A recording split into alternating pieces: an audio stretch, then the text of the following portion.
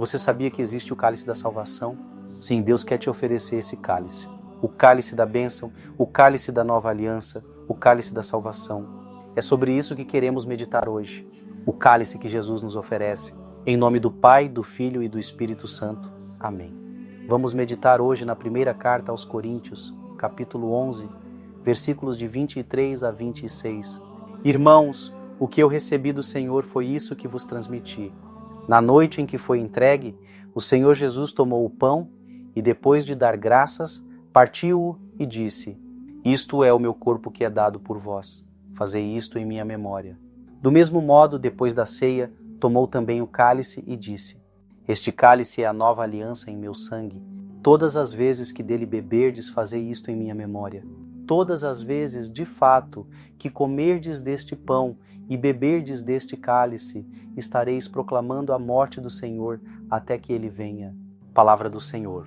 Meu irmão, minha irmã, olha que coisa mais linda.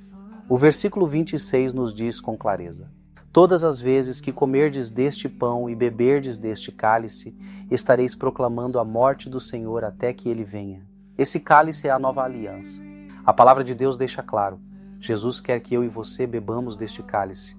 Agora abra sua Bíblia no Evangelho, segundo São Mateus, capítulo 26, versículos de 26 a 28. Durante a refeição, Jesus tomou o pão, benzeu-o, partiu-o e deu aos seus discípulos, dizendo: Tomai e comei, isto é o meu corpo. Jesus nunca tinha feito isso antes. Ele já havia participado de muitas refeições com os apóstolos, mas agora era diferente.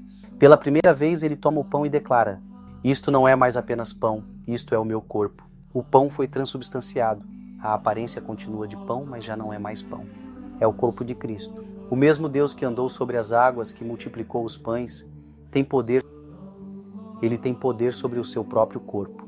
E agora ele nos diz: Tomai e comei, isto é o meu corpo. Depois tomou o cálice, deu graças e disse: Bebei dele todos, porque isto é o meu sangue, o sangue da nova aliança, derramado por muitos para a remissão dos pecados. Jesus deseja que todos bebam deste cálice. No Evangelho segundo São João, capítulo 6, versículos 53 e 54, lemos: em verdade vos digo, se não comerdes a carne do Filho do Homem e não beberdes o seu sangue, não tereis a vida em vós mesmos. Quem come a minha carne e bebe o meu sangue tem a vida eterna, e eu o ressuscitarei no último dia. Que alegria ser católico, porque este cálice nós encontramos na Santa Missa. Comungamos o corpo e o sangue de Cristo na Eucaristia. Claro, é preciso se preparar. Não podemos comungar de qualquer maneira.